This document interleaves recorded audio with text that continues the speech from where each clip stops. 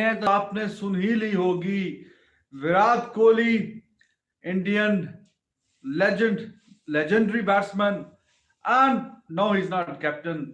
उन्होंने जनाब टेस्ट की कप्तानी से भी रिटायरमेंट का ऐलान कर दिया है, और अब सोशल मीडिया पे अपने ट्विटर पे उन्होंने एक पैगाम लंबा चौड़ा डाला है, वो आपने पढ़ लिया होगा। उसमें क्या क्या उन्होंने लिखा आपको, आपने एब्सोल्युटली एक एक लाइन उसकी देख ली होगी। बहरहाल वो अब टेस्ट में भी इंडिया की कप्तानी नहीं करेंगे। बड़ा ही अच्छा और शानदार किस्म का रिकॉर्ड है, most successful Indian captain with 40 wins in 68 games, जिसमें से 17 हारी है, 11 जो है वो ड्रॉ हुई हैं। तो जनाब बहुत ही शानदार और तगड़ा और जानदार उनका रिकॉर्ड है टेस्ट में, और ये सरप्राइज ही की तरह आया है, जैसे वर्ल्ड कप से पहले T20 का आया, और फिर बीसीसीआई ने सरप्राइज दे दिया जब उनको ओडीआई से हटाया। तो अब टेस्ट में भी सरप्राइज ही है ये, बल्कि शॉकिंग सरप्राइज आप बोलिए, क्योंकि Virat Kohli in test cricket as a captain, हमेशा आपने बोला हम तो काफी एडमायर करते हैं उसको, और जो बहुत ही शानदार रिकॉर्ड हो सकता था। अब जितने भी 4 5 6 साल वो क्रिकेट खेलते, अगर कप्तान रहते तो जाके यू नेवर नो 55 60 जीतों या शायद उससे भी ज्यादा जीतों का जो रिकॉर्ड है, बहुत ही तगड़ा रिकॉर्ड होता। तो जनाब उन्होंने कह दिया कि अब वो टेस्ट से भी, टेस्ट में सिर्फ एज अ प्लेयर ही ऑब्वियसली खेलेंगे, और वो कप्तान नहीं रहेंगे। तो वो जो एक टसल चलती हुई आ रही है, क्या उसकी वजह से ये हुआ, या उनका एक अपना फैसला है? टसल तो आपको पता ही है ना, जो चलती हुई आ रही है, बीच में गंगुली कुछ और कहते हैं, उनके जो चीफ सिलेक्टर कुछ और कहते हैं, विराट कोहली कुछ और कहता है, कॉन्ट्राडिक्शन और सारी वो बातें। बहरहाल कहानी अब ये है कि अब आपको विराट कोहली सिक्का उछालते हुए टेस्ट में नजर नहीं आएंगे। व्हाइट बॉल क्रिकेट में तो पहले ही उन्होंने कह दिया था कि जनाब, T20 में खुद कह दिया था, ओडीआई में उनसे कप्तानी ले ली गई थी, तो टेस्ट में भी उन्होंने कहा कि जी ये लीजिए आप कप्तानी, बहुत शुक्रिया आपका, बहुत अच्छा सर्व किया, पूरी ईमानदारी से 120% दिए, और यही सही वक्त है और यही सही फैसला है। तो जनाब काफी शॉकिंग किस्म की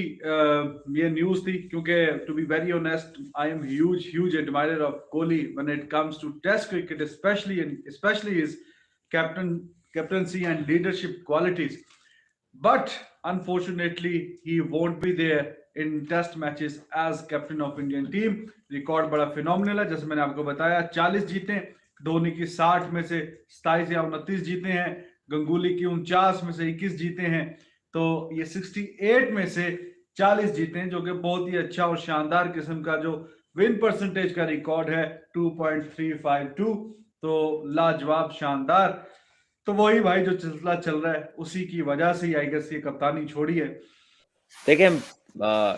मैंने उनका वो नोट पढ़ा है, जो उन्होंने ट्वीट किया हुआ है, जो उनका लेटर है, और उसे पढ़ के वाइब ऐसी आती है जैसे अगर उसको हम 1-2 लफ्जों में बयान करें तो आप कहेंगे हैड इनफ, कि काफी हो गया, यू नो। हालांकि ये वो टाइम था कि एब्सोल्यूट ली ऐसी एज नहीं है उनकी कि जिसमें बंदा कहे कि अच्छा जी उन किसी और नो बना लो, मैं चला। He still has good 5 years on him, और ऐसा भी नहीं कि वो क्रिकेट छोड़ रहे हैं, लेकिन मुझे लगता है कि not everything is smooth with in the setup, और या लाइक माइंडेडनेस नहीं है, may be one of the reasons. क्योंकि एक निहायत एक होता है ना कि एक माइंड सेट होता है, एक विजन सिमिलर होता है, एक आपकी जो है लैक होती है आपकी, इसके अंदर जो आपकी ऑर्गेनाइजेशन टीम होती है, एक तो खेलने वाली टीम होती है, एक आपका ऑर्गेनाइजेशनल सेटअप होता है जिसमें रवि शास्त्री थे और पूरा क्रू था, जो कोहली के साथ एक मशीनरी थी इनकी, जो इंतजामिया थी, जो टीम के साथ ट्रेवल करते थे, सारे स्पोर्ट्स स्टाफ जो था। सो मुझे लगता है कि कहीं ना कहीं वो कंपैटिबिलिटी का भी इशू है कहीं, और जब कंपैटिबिलिटी का इशू आता है तो फिर हर चीज मैटर करने लग जाती है, चाहे वो स्प्लिट कैप्टनसी हो, चाहे वो obviously change in somebody who is, you know, ये जो बोर्ड चलाने वालों में जब चेंज आता है, उनकी थिंकिंग में जब तब्दीली आती है, तो जब आप 7 साल से एक ट्रेंड को कैरी कर रहे होते हैं और उस ट्रेंड को आपने एक पाया तकमील तक पहुंचाया होता है, and you got to a height जहां पर पहले कोई इंडियन टीम नहीं पहुंची, in terms of overseas wins, in terms of success rate in test matches, probably the highest ever by any Indian captain, इसका सक्सेस रेट सबसे ज्यादा था।